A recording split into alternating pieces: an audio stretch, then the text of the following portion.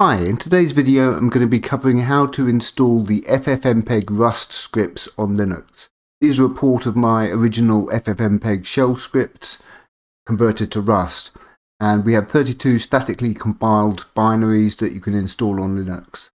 I'm going to scroll down here to the install instructions and click Linux and then follow the steps.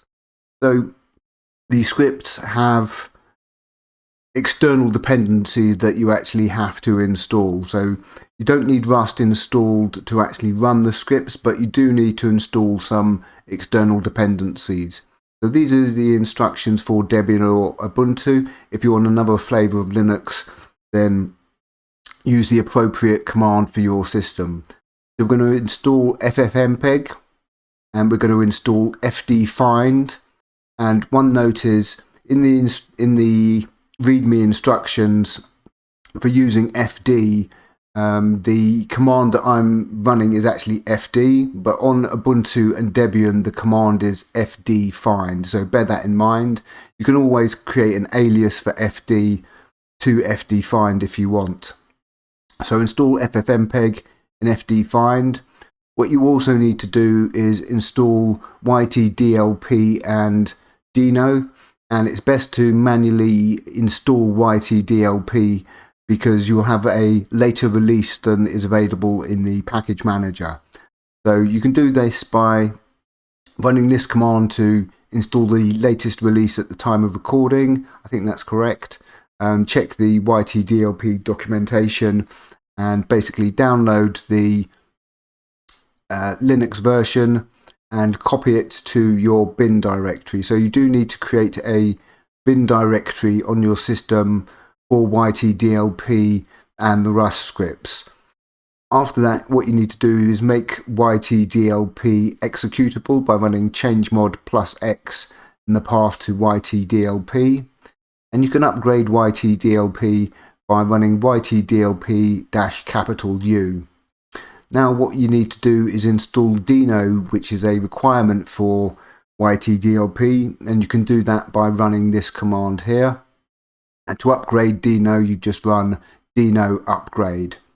So what we need to do, as I said, is create a bin directory in our home folder, which can be done with make directory -p ~bin.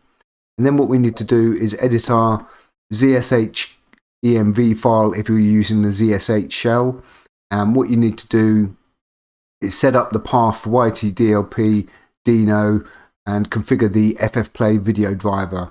So what you do is you set the path like this: home bin and then home /.dino bin path, and that will set everything up for you.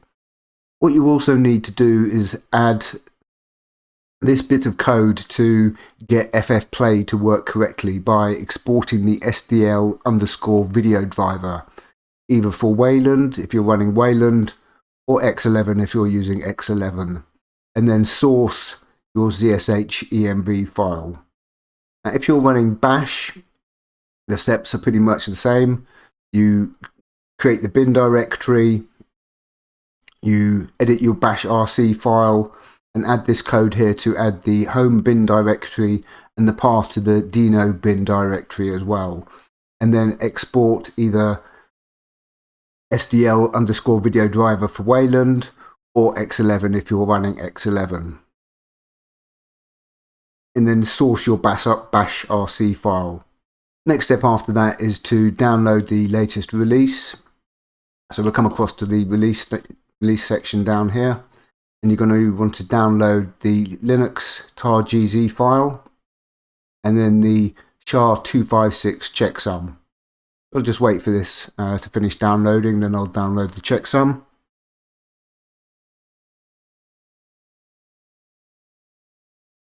Okay, download the checksum. So what we need to do next is confirm that the release has downloaded correctly by running the SHA-256 checksum. So we come across to the terminal, our downloads folder, and as you can see it says OK, Linux FFmpeg Rust Scripts the version tar-gz OK. Now we've done that, what we can do is actually extract the archive by running tar-xf and the path to the tar-gz file.